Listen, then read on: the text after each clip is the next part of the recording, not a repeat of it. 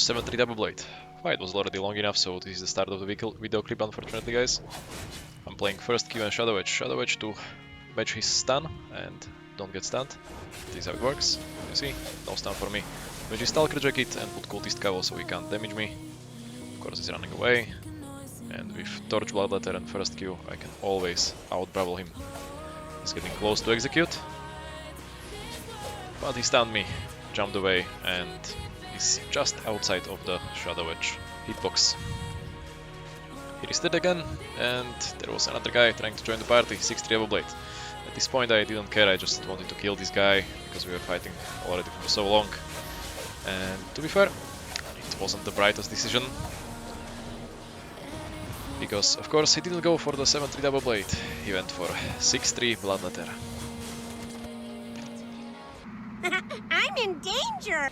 Now I need to plan my escape.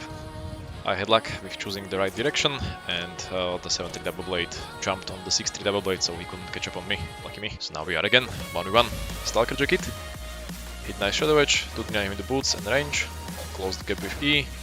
Cultist Cowl so he can't damage me. Now he goes for Stalker Jacket, but I stay inside because I can deal more damage with auto attacks and Q with Torch build. He realizes that, goes away, and unfortunately I miss my Shadow Edge, so he goes for reset again. I deny him the reset with nice Shadow Edge, use Stalker Jacket, but he stuns me nicely and my Stalker Jacket goes wasted. He's going to turn against me, so I use Cultist Cowl and still keep damaging him through the Stalker Jacket because I deal more damage and he will be feared that he will get executed. So of course, he resets again. I used my E to caught up with him, he realizes that, and I missed my Shadow Edge. The things looks pretty scary for me right now. And I barely survived with my Undead Cape and outside of his Stalker Jacket range. I've got nothing and he thinks I'm dead, but... I am not in danger, Skylar. I am the danger. My only chance was to buy some time with Shadow Edge, and it worked like a charm.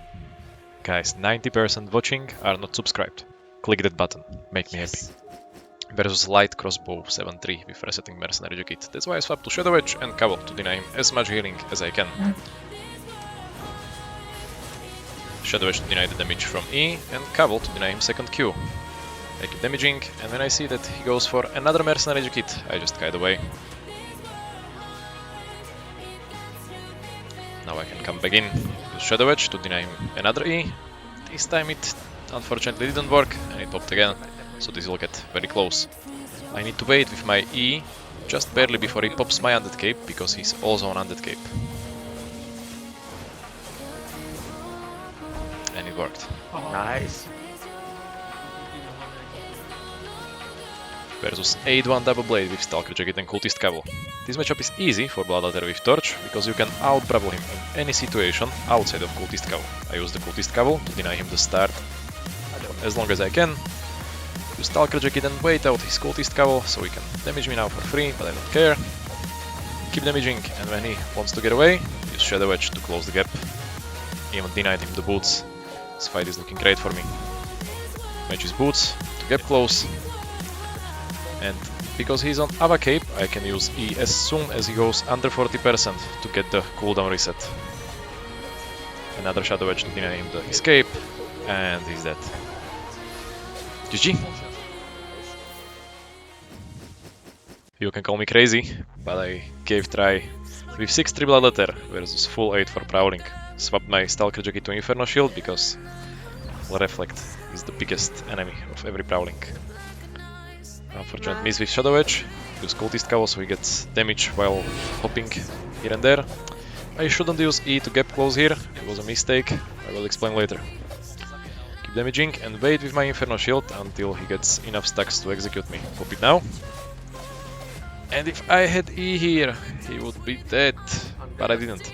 So the plan is, I need someone to pop my Undead Cape, chase him with boots and finish with W and E.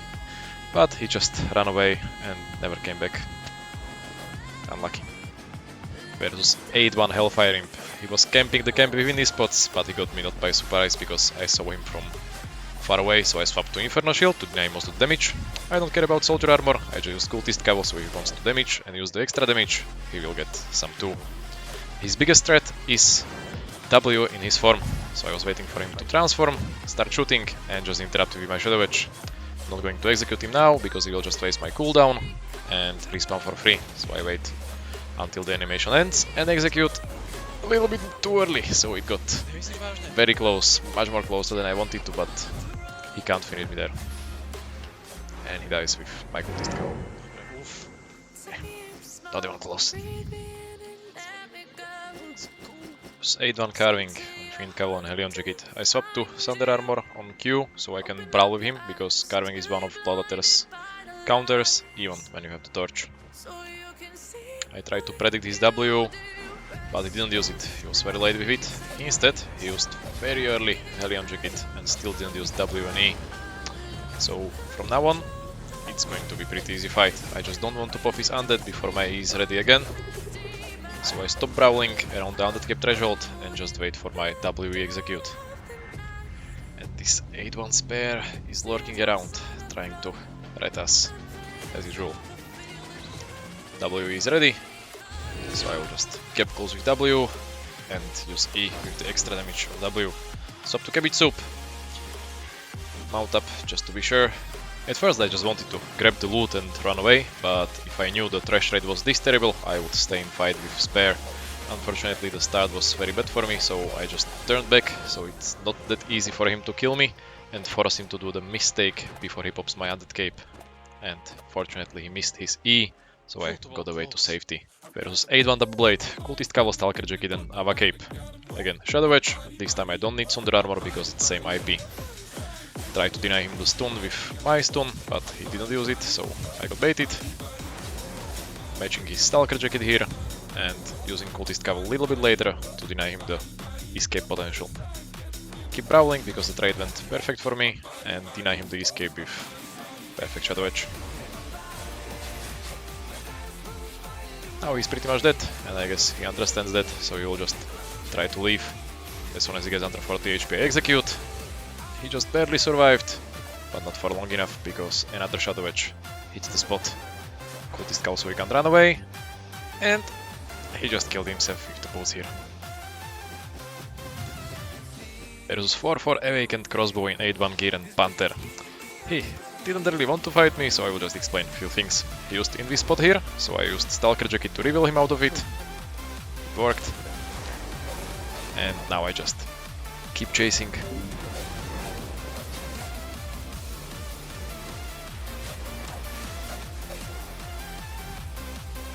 He was an undead cape and a rose buff, so I wanted to wait with my E when I proc his rose buff, and when he gets in the execute range, so I don't proc his undead cape and he doesn't run away.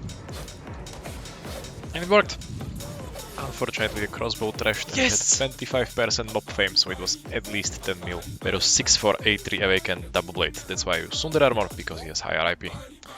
Played OC, and he got me by surprise here, so very nice trade for him, and I was late with my Shadow Edge, so doesn't look very good for me, but I keep trading close cap with E, use cultist cowl when he turns on me, so I can deal some damage for free.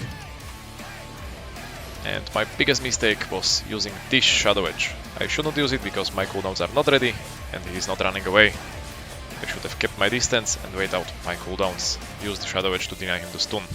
Now he can just stun me for free and kill me with Stalker Jacket.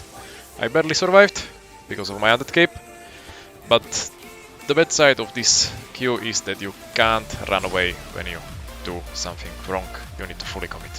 Versus 6-3 Prowling, I swapped to Inferno Shield to have some Reflect, and Chain Slash to have more damage, because the fight with Prowling is always very short. Use Cultist Cowl when he transformed, so he can't damage for free. Keeping my Inferno Shield for the last execute. Still everything looks nice. Now he transformed, I'm a little bit late with Inferno Shield, and unfortunately we kill each other.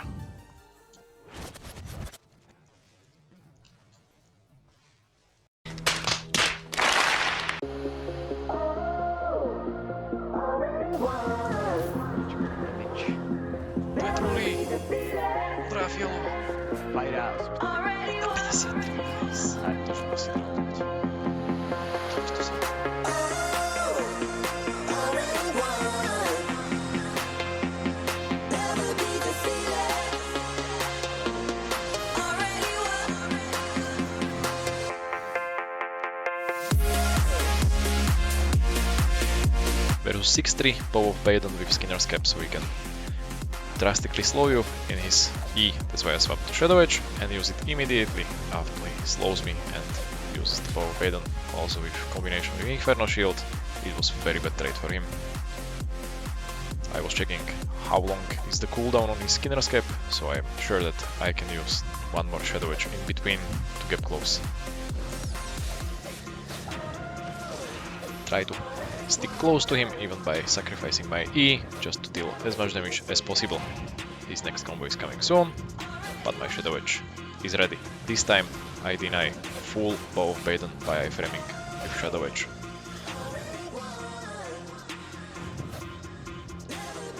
Well, now it's just game of mouse and cat.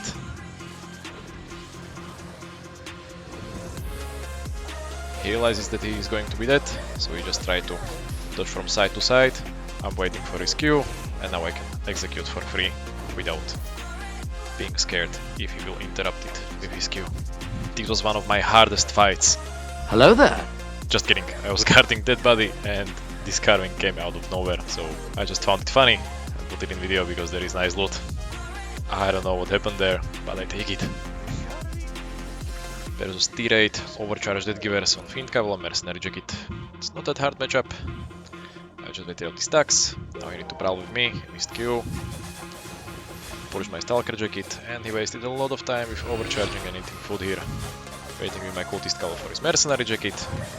Now he can't heal, because he will just hurt himself more than heal. He got 3 stacks, used the Z. I used my E, unfortunately put him in the Undead Cape, and now it's time to chase.